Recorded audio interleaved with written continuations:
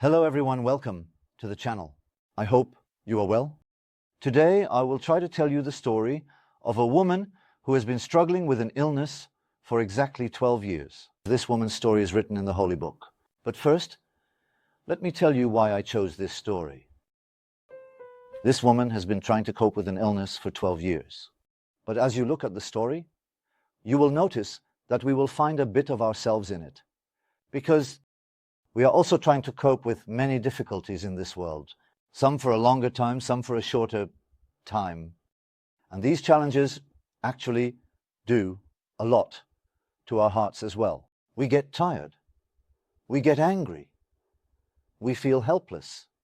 So it has an impact both inside and outside of us. And in the story of this woman told in the Holy Bible, I believe it is exactly like this. Just like this. The woman is trying to cope with many emotional challenges. Mark 5. The story of this woman is told in the chapter. Verse 25. It says, in the verse, there was a woman who had been bleeding for 12 years. Where is there? Jesus is traveling from city to city, village to village, trying to convey the message he received from God to the people, Jesus Christ. Some can get close to him, but of course he becomes famous in an instant. They are around him. Is this man telling the truth? Is he lying? Is he a false prophet? Or is he truly someone sent by God? Is he someone sent by God? They wonder. Naturally, he is constantly surrounded by crowds. Wherever he goes, people gather around him in crowds. At such a time, in the place where Jesus Christ was, there was a woman who had been bleeding for 12 years. 12 years is quite a long time. We don't know for sure if this woman was married or single, or if she had children, we don't know. But just imagine, for instance, a simple sentence. She had been bleeding for 12 years. But what was this woman really going through? Look at what it says next. She had suffered a lot at the hands of many doctors and spent all she had. But instead of getting better, she had gotten worse. This situation can often resemble our own. We deal with a difficulty and look for a remedy somewhere, seeking help. If it's a physical ailment, we go to doctors, as of course we should, doctors, hospitals, or if it's another difficulty, if it's a financial hardship or a situation within us that we can't handle, we look for solutions, we want it to be resolved. But after a while, this woman had lost hope. She tried with doctors. Doctors tried, and look at what it says. She suffered a lot at the hands of many doctors. So clearly, her experience with these doctors was not very good for this woman. She was supposed to get better, but she couldn't recover. She spent everything she had to get better.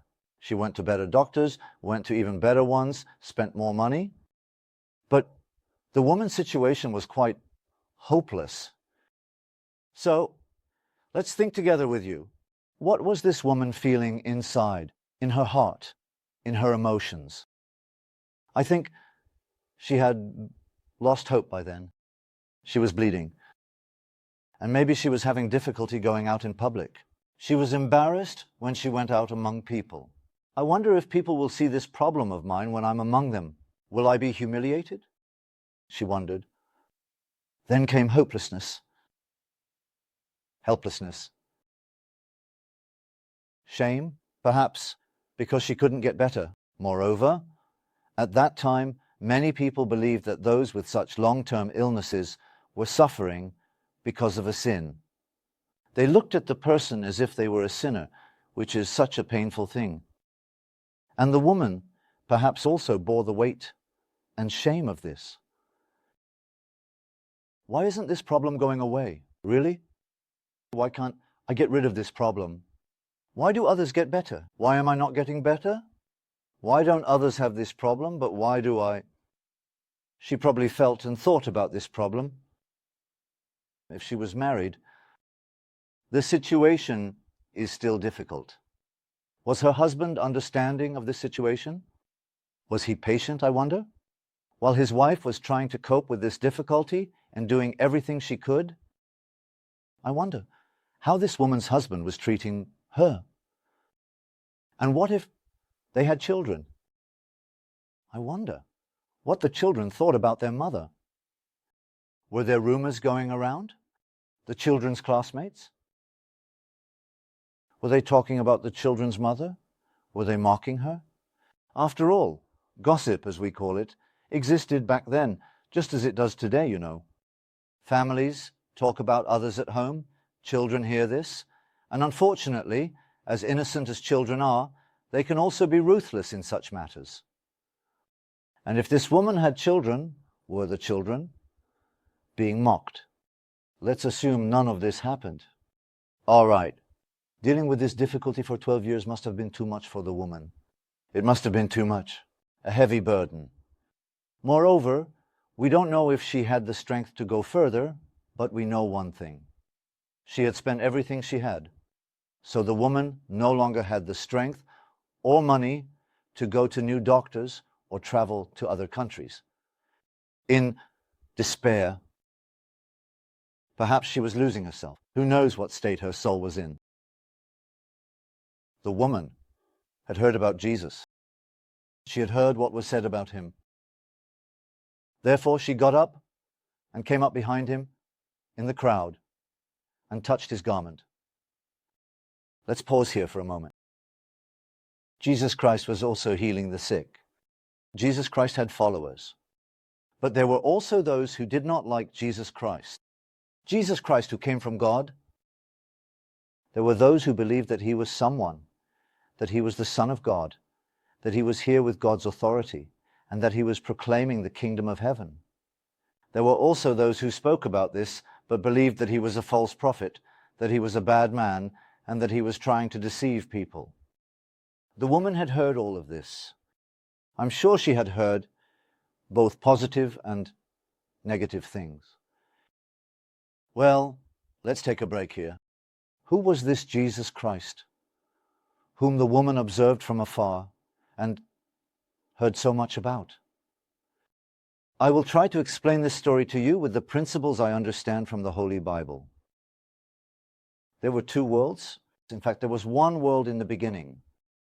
There was no disease there. There was no pain. There was no sin. Anger, resentment, hatred. None of these existed. There was God and the human he loved dearly. And according to the Holy Bible, Jesus Christ was there too, the Son of God. God introduces himself as one God through the Trinity of the Father, the Son, and the Holy Spirit. And he was there. But the human he loved drifted away and fell into another world. Then there were two worlds. In one of these worlds, there was pain, anger, disease, death, and many hardships, curses. But in the other of these worlds, there was no disease in the first world. Instead of disease, there was health.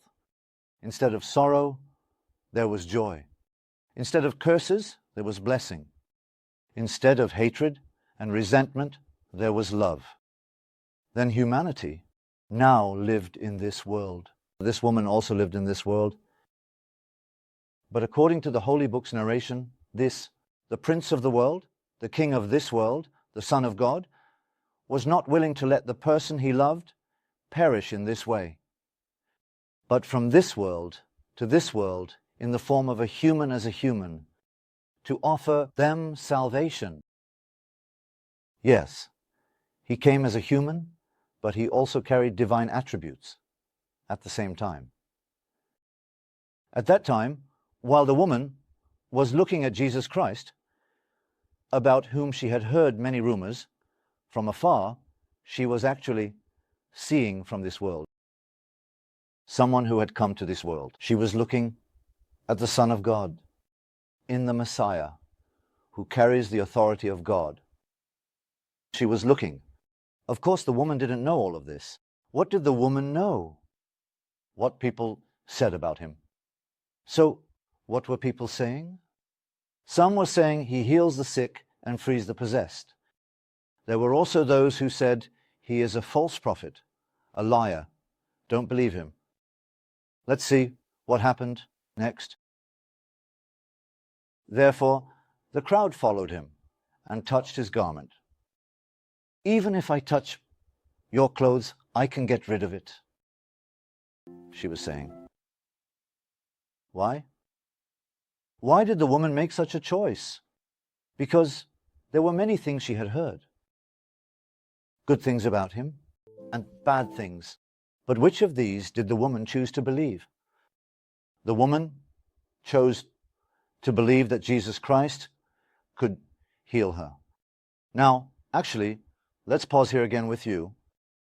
Our choices in life have costs of what we choose and what we don't choose. The paths we take and the paths we don't take also have some costs. This woman had chosen to trust doctors for 12 years, and she had done well. She had spent all she had. She had done everything she could, but she hadn't healed at all. But that day, right there, while looking at Jesus Christ from afar, she actually still had a choice in front of her. One of the choices was, they say he's a liar. I won't believe in him. I mean, how will he heal? What can I do? She could choose this. Or if I reach out to him, touch him, will I be healed? Is it? She could choose to believe. I think this was quite a smart decision. Now let's imagine the situations we are in. We always have two options in front of us. To sit in our place and say, oh, it will never happen in life, and choose to sit and do nothing. Or to say, let's try this as well. Now, what was the cost for the woman to choose to believe in Jesus Christ in this situation? For example, let's think about it and go back to the story of doctors and physicians. There was a cost when going to the physicians. She paid money to every doctor she chose and consulted. Maybe she heard about the more expensive or famous ones. She would go there too and pay the cost for that as well. Maybe to other villages. We don't know if she went to other countries. And she paid the cost for those too. How did she pay? She paid with money. She paid with fatigue and time. However, while that woman was standing there, believing in Jesus Christ had no cost for her. She didn't need to change her religion. She didn't need to spend any money. She didn't need to become someone else. But she just needed to believe in the healing power of Jesus Christ. She needed to try this without any cost. Then the woman did as she believed. Jesus, the Messiah. She pushed through the crowds towards Jesus Christ, parting them as she went. It's not written like this, but when we look at the story, we can understand this. And somehow, through the people, to Jesus Christ. She reached out. At that moment, her bleeding stopped. Can you imagine at that moment? The moment she reached out to Jesus Christ, her bleeding stopped. The woman felt deep within her body that she was freed from her suffering. Can you imagine? She has been suffering for 12 years. She has been living in shame for 12 years. 12 years like a nightmare. Her life turned into poison. She went to doctors, did everything to be freed from this. I admire people who strive to overcome the difficulties they are in. Instead of sitting and waiting, they take steps. They do whatever they can. This woman also did everything she could and spent everything she had. And while standing there that day, she still hadn't given up. There was still a bit of hope left in her. Where did this hope come from?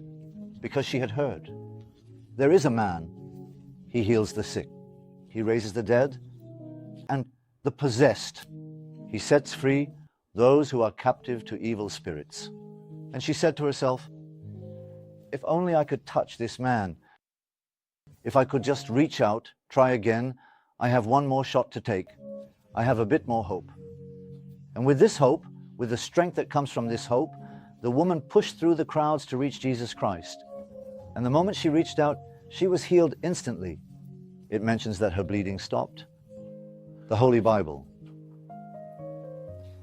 But Jesus immediately realized that power had gone out from him.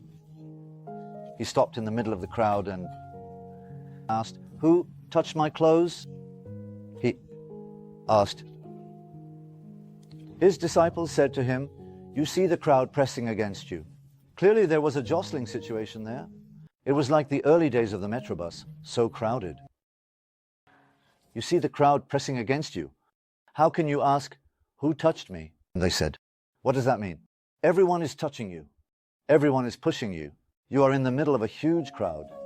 So what do you mean by "who touched me"? Everyone is already touching you. But it wasn't like that. One person touched Jesus Christ differently. One person touched Jesus Christ with hope.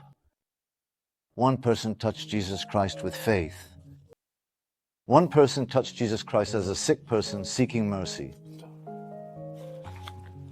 Jesus looked around to see who had touched him. The woman also knew the change within herself. In other words, the woman was aware that she was healed. But Jesus was searching. "Who touched me?" The woman realized. "This man is looking for me. Many people touched him, but I was healed. This man is looking for me." And she came trembling with fear. Why did she come with fear? Because what would that man say? "How dare you touch me without permission? Who do you think you are? I am a prophet. I am the Son of God. How could you touch me without asking permission?" Would that man be angry? Because at that time, or even today, it was sometimes difficult to approach religious leaders. You cannot speak without permission. You cannot approach without permission. You cannot hold without permission. And the woman was afraid. What will he do? What will he say to me? What will he think? I am healed now, but will he take it back? She came trembling with fear. She fell at Jesus' feet, and she told him the whole truth. What was the truth? I was sick for 12 years. I was lost. Nothing I did worked. But eventually I heard about you. I saw you from afar. I said to myself, if I just touch him, not even him, just touch his garment, I believed I would be healed. I came and touched you. Jesus said to her, my daughter said, we know that during the time Jesus lived on earth, he began his ministry at the age of 30 and at 33. He was crucified, buried, and later resurrected and ascended to heaven. So, when this story took place, Jesus Christ was likely between the ages of 30 and 33. This woman had been suffering from this bleeding for 12 years. We don't know how old she was. Maybe 25, maybe 40, maybe 55. But the words spoken by Jesus Christ here are so special that looking at that woman, my daughter, she said, maybe it seems simple to you. Maybe an adult is like that too. My daughter, my dear, but it wasn't like that. Because the Holy Book says that every living being is created by the hand of God, that God knits a person together in the womb. Jesus Christ, as the Word of God, says that everything exists through his Word. So that woman with the bleeding was also in fact created and knitted together by the Word of Jesus Christ, whom she touched. That's why Jesus Christ, he called her daughter, not like an ordinary person would, but as if he was calling his own child, his own soul, daughter. Your faith has healed you. Go in peace, free from your suffering. Actually, there isn't much more to say. This story is very profound. But I think from this story, there might be lessons for us to learn as well. Why? Because, as I mentioned at the beginning, each of us is dealing with many difficulties, many challenges. Perhaps we have taken many steps to overcome them. We have done everything we could. We have spent all we have. We have exhausted our energy, our strength. We did everything, but it didn't work. We have no hope left. And now, the Jesus Christ I'm telling you about, the Holy Bible says that he is alive today and will respond to those who call upon him. Now we are faced with a new situation. This man on the screen, this man on the YouTube channel, is talking about someone else. He is talking about someone who came from a world without this disease and sacrificed his life to bring salvation to the people living here. This man on YouTube says that maybe you've tried everything and it didn't work, but if you reach out to that man with faith, something will happen in your life. Actually, right now, you and this woman are in the same situation. This woman also heard a lot about Jesus Christ, and she had two options in front of her. She could either sit with her despair and say, "Oh, is this really going to be my solution?" Or with the last crumb of hope, with the last bit of strength, she could touch this man and say, "I will be healed." Maybe you are in exactly such a situation right now. Life is hard, your hope is exhausted, your resources are depleted, and you have nothing left to do. But you have heard of someone named Jesus Christ. They say that he can give you healing, that you can overcome difficulties through him, that he can heal you physically, free you from evil spirits, or help you overcome the pains, loneliness, and aimlessness you struggle with internally. For the Messiah, if you touch him.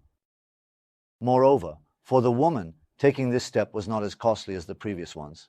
She had spent a lot of money on doctors and physicians. But this time, she just needed to reach out. Now, you and I are in the same situation. We no longer have money to spend, maybe. But now, if we decide to reach out and hold on to that man, the risk is low. What do we have to lose at most? We reach out, we hold on. If we don't heal, we don't heal.